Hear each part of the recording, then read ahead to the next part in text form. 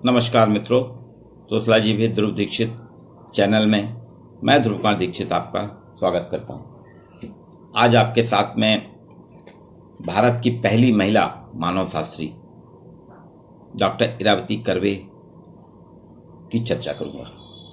Doctor Iravati curve का जन्म 15 दिसंबर 1905 को भारत के पड़ोसी राज्य बर्मा म्यांमार में हुआ था। आपके पिता हरि कर्मकार वर्मा कॉटन मिल में इंजीनियर थे। वर्मा में एक नदी है जो वहाँ की सबसे बड़ी नदी है और महान नदी है इरावती। उस नदी के नाम पर ही आपका नाम इरावती पड़ा। काफ़ी विदुषी महिला है। 7 वर्ष की उम्र में आपने पुणे में एक हॉस्टल में, गर्ल्स हॉस्टल में रहकर अध्ययन प्रारंभ किया था। महर्षि धोंडो केशव कर्वे की आप पुत्रवधू हैं। पति दिनकर कर्वे शिक्षाविद थे, फर्ग्यूसन कॉलेज के प्राचार्य थे। पुणे में फर्ग्यूसन कॉलेज के प्राचार्य थे। आपके पुत्र एक स्वयंसेवी संस्था चलाते थे और पुत्री गौरी देशपांडे मराठी कथाकार और कवि थी। जया निम्बालकर भी मराठी कथाकार और कवि थी। इनकी दूसरी पुत्री हुजूर पागा पुणे में इनकी विद्यालयीन शिक्षा हुई थी। सन 1922 में आपने 10वीं की कक्षा पास की। 1926 में फर्ग्यूसन कॉलेज में दर्शन शास्त्र मुख्य विषय समाजशास्त्र से आपने बीए किया। इसी वर्ष आपका विवाह भी हुआ। प्रसिद्ध समाज वैज्ञानिक जीएस घुरिये, जो भारतीय समाजशास्त्र के संस्थापक पितामह कहलाते हैं, उनके निर्देशन में आपने शोध कार्य किया। मुंबई विश्वविद्यालय से समाजशास्त्र में एमए करने के बाद आप जर्मनी चली गई, जहां बर्लिन विश्वविद्यालय से आपने वहां यूजेन फिशर के निर्देशन में, प्रोफेसर यूजेन फिशर के निर्देशन में the normal asymmetry of the human skulls and bones पर पीएचडी भी। आपके शोध निबंध पे 1930 में बर्लिन विश्वविद्यालय ने आपको डीफिल की उपाधि दी। वहां से आने के बाद आप डंकन महाविद्यालय में समाजशास्त्र मानवशास्त्र के अध्यक्ष रहीं। इस महाविद्यालय में इरावती कर्वे ने 40 साल अध्यापन कार्य किया। कुछ समय के लिए आप पुणे विश्वविद्यालय में समाजशास्त्र की प्रोफेसर हेड रहीं। एसएनडीटी महिला विश्वविद्यालय की आप मुंबई में एसएनडीटी महिला विश्वविद्यालय है, इसकी कुलपति रही। लंदन, अमेरिका, अफ्रीका, कई जगह आपने विजिटिंग प्रोफेसर ग्रुप में काम किया है। आपने पुणे में मानव शास्त्र विभाग स्थापित किया। कर्मकांडी थी। ब्राह्मण परिवार में जन्म होने के कारण धर्म के प्रति आपका काफी रुझान था। परंपरावादी और आधुनिकता, इसका सम्मिश्रण इरावती कर्वे में देखने को मिलता है। आप सभी को जानकर आश्चर्य होगा कि 1952 अर्थात आजादी के 5 साल ही हुए थे। भारत में तब आधुनिकता का प्रवेश भी नहीं हुआ था, कहा जाए तो अतिशयोक्ति नहीं होगी। तब इरावती कर्वे पुणे में वेस्पा स्कूटर से कॉलेज आना जाना करती थी। एक पहली महिला थी इरावती कर्वे पुणे की, और कुछ लोग कहते हैं कि महाराष्ट्र की पहली महिला हैं जो 2 व्हीलर का प्रयोग करती थी। ये उनकी आधुनिकता नहीं, सामंजस्य था कि कॉलेज आना जाना है। स्वतंत्र विचारों वाली थी, सेल्फ कॉन्फिडेंस था और विदुषी महिला थी। इसके साथ ही साथ पंधारी वारी की यात्रा प्रतिवर्ष पैदल चल के करती थी। धार्मिकता भी थी। इसलिए मैंने कहा कि इनमें परंपरा और आधुनिकता का सम्मिश्रण है। इन्होंने कहा था, इरावती ने नातेदारी में थे, उनका नाम हम काफी चर्चित है। इनका कहना था समाज एक रजाई की तरह होता है। जिस तरह से रजाई छोटे छोटे रंगीन कपड़ों से जोड़ के बनाई जाती है, उसी तरह इनका कहना था समाज भी रजाई की तरह है। इसमें छोटे छोटे कपड़े जो हैं, टुकड़े, कपड़ों के टुकड़े हैं, वो व्यक्ति हैं जिनका अलग आकार है, अलग रंग है ना, जिनके अलग व्यक्तित्व है, जिनके अलग अलग गुण हैं, और ये सब एक संबंधों के स्वरूप में अलग अलग, सबके अलग अलग संबंध होते हैं, सबके स्वरूप अलग अलग होते हैं, आपस में जुड़ते हैं, बिखरते हैं, लेकिन आपस में इनको एक सूत्र बांध के रखता है। 1967 में आपको भारत सरकार द्वारा साहित्य अकादमी पुरस्कार दिया गया मराठी लेखन पे।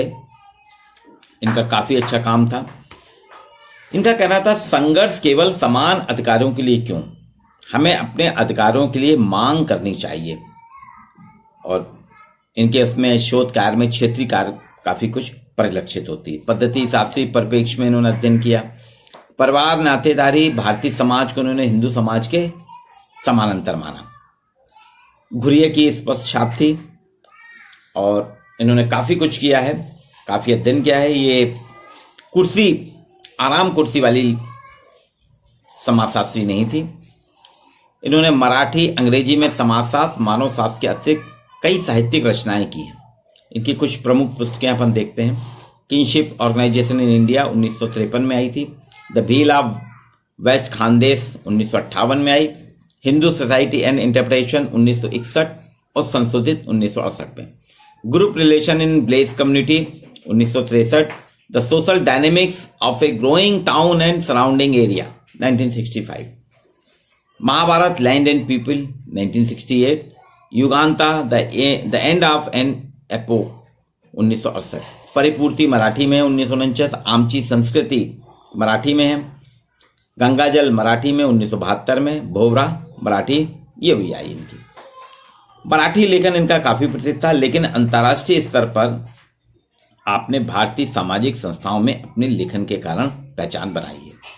इनकी पुस्तक किनशिप ऑर्गेनाइजेशन ऑफ इंडिया, जो 1953 में वर्ल्ड में मशहूर पुस्तक है, समाजशास्त्र की हर शाखा में इनका नाम था। सामाजिक, सांस्कृतिक, मानव शास्त्र, भाषा में समान रूप से इनको दखल था। ये आराम कुर्सी, मैंने पहले ही कहा ना, आराम कुर्सी वाली शोध करती नहीं थी। ये सारे भारत में घूमी है। भारत के कई मेले, उत्सव को उन्होंने देखा है। प्रतिवर्ष वो पैदल चलती थी और पंधारी बारी की यात्रा करती थी, जिसके माध्यम से समाज को जानने का प्रयास किया है। और ये भाषा पे तो इनकी बहुत अच्छी पकड़ थी, इसलिए 1967 में आपको साहित्य अकादमी पुरस्कार भी दिया गया है। महाभारत के पक्षों को इन्होंने बहुत अच्छे तरीके से युगांत में प्रस्तुत किया है। इनकी एक किताब है group relation in place community, जिसमें आपने 1963 में आई थी किताब, ग्रामीण समुदाय के समूह संबंधों के साथ साथ पद्धति शास्त्री प्रयोग करके इन्होंने बताया कि नातेदारी, जाति और बसावट के आधार पर गांव में संबंध स्थापित होते हैं। इसके बाद इन्होंने the social dynamics of growing town and its surrounding area, ये 1965 में महाराष्ट्र के सतारा जिले के फलटन में विकासशील छोटे शहर, उसके आसपास के परिवेश का अध्ययन किया। फलटन के आसपास के 23 मील की परिधि में 23 गांव इनके अध्ययन में शामिल थे। ये भारत सरकार के योजना आयोग के शोध कार्यक्रम से प्रायोजित था। इसका सारा वह योजना आयोग ने उठाया था। 1961 में तथ्य एकत्र किए और 62 में संस्थाओं को विश्लेषित करके प्रस्तुत किया गया। इसमें बताया छोटे शहर क्या है, उनकी स्थिति क्या है, उनके आसपास के गांवों के साथ उनके संबंध क्या है, ये सारी चीजें उन्होंने इसमें की। फिर इनकी एक किताब है किनशिप ऑर्गेनाइजेशन इंडिया। इसका पहला प्रारूप कर्वे जब लंदन में थी अपने प्रवास के दौरान उन्होंने तैयार किया था। लुई डेमेंडार्फ और ड्यूमा से उनके काफी विचार विमर्श हुए। इस किताब को लेखन के भारत लौटने पर उन्होंने इसकी लिखित प्रारूप के रूप में समीक्षा की और पुस्तक के रूप में प्रस्तुत किया।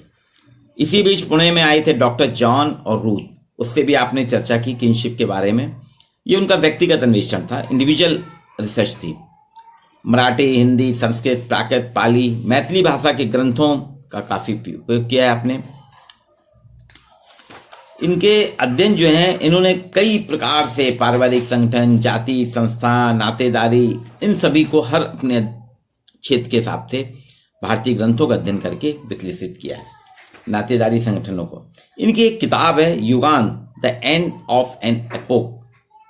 ये महाभारत पे इन्होंने पूरा महाभारत के जितने भी चरित्र हैं उन सब के बारे में इन्होंने बहुत कुछ किया। ऐसा लगता है कि ये महाभारत का पूरा अध्ययन करके उसको नए तरीके से सारे पात्रों की अभिव्यक्ति की है। आप कहती थी महाभारत संस्कृत भाषा में लिखित पुस्तक है जो काव्य में है। ये एक परिवार की कहानी है। अब देखिए, नातेदारी संबंध, परिवार, नातेदारी पे इरावती का काम है, तो उन्होंने महाभारत की पारिवारिक कहानी पे भी अपना कलम चलाई है। वो कहते हैं एक परिवार की कहानी है जो पारस्परिक झगड़े के बाद महायुद्ध में बदल जाती है। हम सभी ने देखा है, टीवी सीरियल में देखा है, महाभारत पढ़ी है। ये कहती हैं आम भारतीय की तरह इनका कहना था कपोल कल्पना नहीं है, काल्पनिक नहीं है, ये वास्तविकता है। ईसा से लगभग 5000 वर्ष पूर्व की एक घटना है और ये सारे वर्णन जो है उन्होंने कहा है ऐतिहासिक है। दिल्ली के पास हस्तिनापुर का साम्राज्य था। इसका रोचक पात्र राजा भरत है, जो राजा दुष्यंत और शकुंतला का पुत्र था, और इसी राजा के नाम पे भारत का नाम भारत पड़ा, जिसका अर्थ है भारत का कोई वंश, व्यक्ति या भारत से संबंधित कोई कविता। ये इस आधार पर उन्होंने बताया महाभारत की रचना जो हम सभी जानते हैं महर्षि व्यास ने की थी, जिन्होंने स्वयं महाभारत में हिस्सा लिया था और महाभारत की घटनाओं के आंखें देखे गवाह हैं वो। उन्होंने अपने शिष्यों को कथा सुनाई। बाद में वो कहती हैं करवे कि उनके शिष्यों के द्वारा धीरे धीरे चलती गई कथा। इसका बौद्ध साहित्य में उल्लेख है, जैन साहित्य में उल्लेख है और समाज में चलती गई। इसमें कृष्ण की भी बात है। आपने सभी पात्रों को बहुत अच्छे तरीके से विश्लेषित किया। भीष्म को बताया, गांधारी को बताया आपने, कुंती, पिता पुत्र के रूप में धृतराष्ट्र और पांडु के जो भाई विदुर हैं उसकी गाथा भी उन्होंने दी है। द्रौपदी के चित्रण भी किया है। कर्ण के भी, कृष्ण की भी बात की है। कर्ण के लिए तो उन्होंने कहा है सबसे दुखदाई पात्र माना जा सकता है कि उसका कुंती द्वारा परित्याग कर दिया गया था, पूरा जीवन कष्टमय था, लेकिन उसके बाद भी अपनी पहचान के लिए कर्ण ने सदैव संघर्ष किया और परिस्थितियों बस और गलतियों के कारण वो लगातार परिस्थितियां उससे गलतियां पे गलतियां कराती रही। कृष्ण के लिए उनका कहना था कि कृष्ण मानव के रूप में और देवता के रूप के बीच की जटिलताओं को उन्होंने इसमें स्पष्ट किया है। अपनी काफी शोध और विश्लेषण के बाद आपकी मान्यता थी कि देवता के रूप में कृष्ण महाभारत के बाद उभरे। इसके पहले तो बचपन में उनका नटखट स्वरूप था, गोपियों के साथ रास करना। महाभारत करने के बाद निर्मित महाभारत के बाद ही वो देवता बने हैं, और उसके पहले तो वो सामान्य मानव थे, अर्जुन के मित्र थे, दूसरों के विश्वासों के अनुरूप। इरावती कर्वे कहती हैं कृष्ण एक अद्भुत, अनुभवी और ज्ञान के प्रतीक थे। बुद्धिमान थे, दूरदृष्टा थे, बहादुर थे, पर देवता नहीं थे। और उसके बाद में उनका कहना है देवता का चोला उन्हें बाद में बनाया गया। माया महल, इस पे काफी विमर्श किया उन्होंने भीष्म के बारे में। मूलतः अगर अपन देखें तो कर्वे सामाजिक, शारीरिक, मानव शास्त्र दोनों की प्रकांड विद्वान थी। ऐसा संयोग मिलना वास्तव में मुश्किल है। संस्कृत, पाली के ज्ञान ने इनकी नातेदारी व्यवस्था को सुदृढ़ किया और उसको काफी गहराई से समझ सकी। दक्षिण भारत की नातेदारी व्यवस्था को समझने के लिए उन्होंने तमिल का भी उपयोग किया, तमिल भाषा का ज्ञान लिया। अंग्रेजी और मराठी दोनों में इनका आपका लेखन है। अकादमिक रचनाओं के साथ साथ समान रुचि के लेखन का कार्य भी इरावती कर्वे ने किया है। और आप देखेंगे इसलिए इनके पाठकों की संख्या महाराष्ट्र में बहुत ज्यादा है। महाराष्ट्र के बाद पूरे भारत में भी है। हिंदू सोसाइटी एंड इंटरप्रिटेशन या युगांत, इनके मस्तिष्क की सहज सोच नहीं है, ये प्रतिभा में उनकी योग्यता का। सामान्य तौर पर अगर देखें तो म्यांमार बर्मा में इनका जन्म हुआ था। स्नातकोत्तर उपाधि इन्होंने बम्बई विश्वविद्यालय से ली। पीएचडी डीफिल इन्होंने बर्लिन विश्वविद्यालय जर्मनी से ली। अंतर्राष्ट्रीय ख्याति प्राप्त लेखिका हैं। समाजशास्त्र, मानव शास्त्र में पारंगत हैं। स्त्री मुक्तिदाता का प्रमाण है। आराम कुर्सी वाली शोध करती नहीं है। सारे भारत में घूमी हैं। कई मेले, तीर्थ यात्राओं में सम्मिलित हुई हैं। हिंदू सामाजिक संगठन की काफी अच्छी व्याख्या की है। इनकी पद्धति जो है क्षेत्रकार पद्धति है। भारत शास्त्र इंडोलॉजी का अध्ययन है। आगमन पद्धति है। भारतीय परिप्रेक्ष्य में इन्होंने एथनोलॉजिकल प्रवेश में लोक परंपराओं के आधार पर इन्होंने अध्ययन किया। और पुणे में ही 11 अगस्त 1970 को आपका निधन हुआ। और इस तरह हम देखते हैं इरावती कर्वे ने भारतीय समाज के विभिन्न पक्षों, मूलतः हिंदू समाज, हिंदुओं के सामाजिक संगठन, संस्कृति, धर्म, जाति, नातेदारी संगठन और युगांत के माध्यम से महाभारत के सभी पात्रों का ऐतिहासिक विश्लेषण किया। ये प्रमुख मुद्दे हैं। तो इरावती कर्वे के संक्षिप्त विश्लेषण को मैं यहाँ प्रस्तुत करूँगा आपके साथ इस वीडियो में। आशा करता हूँ आपको ये वीडियो पसंद आया होगा। आप sociology with Dhruv Dikshit channel को सब्सक्राइब करिए और मुझे सतत रूप से बताइए, तो मैं अपने अन्य वीडियो में और सतत क्या क्या जोड़ सकता हूँ जोड़ने का प्रयास करूँगा। आज के लिए इतना ही।